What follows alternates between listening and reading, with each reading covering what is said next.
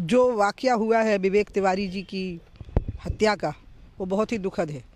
लेकिन इसमें डीजीपी हों या प्रदेश के चीफ मिनिस्टर हों, उन्होंने इसको एनकाउंटर कहा ही नहीं है।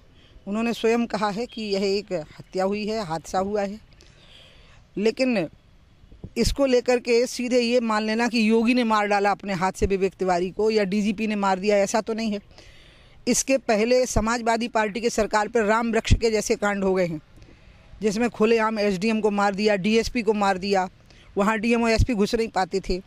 इसलिए चाहे कांग्रेस हो, चाहे समाजवादी पार्टी हो, चाहे बहुजन समाज पार्टी हो, इस समय उनको विवेक तिवारी के परिवार के साथ सहानुभूति दिखानी चाहिए और इस पर नज़र रखनी चाहिए कि उस परिवार के साथ अन्याय न हो और जो उसमें दोषी लोग हैं उनको सज़ा मिले। इस पर राजनीति नहीं करनी चाहिए।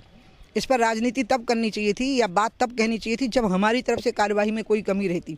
इससे ज़्यादा कार्यवाही उन सिपाहियों पर क्या हो सकती है कि उन पर 302 कायम हो गई है, उनको जेल भेज दिया गया है। अब आगे मामले की सुनवाई होगी।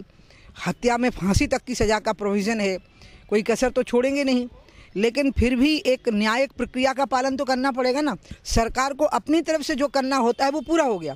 डीजीपी को अपनी तरफ से जो करना होता है सस्पेंड हो गए, एफआईआर दर्ज हो गई, 302 कायम हो गई, सिपाही जेल चला गया। अब इसके बाद में जो होना है वो न्यायिक प्रक्रिया में होना है, तो उस न्यायिक प्रक्रिया का इंतजार करना पड़ेगा। इसकी जगह पर उल्टा इस पर राजनीति करना लाशों पर, यह कम से कम इन विपक्षी दलों को शोभा नहीं देता। उत्तर प्रदेश की हर खबर अपने मोबाइल पर पाने के लिए आप YouTube पर जाकर यूपी तक ऑफिशियल को सब्सक्राइब कीजिए। आप हमें फेसबुक पर लाइक भी कर सकते हैं और ट्विटर पर फॉलो भी।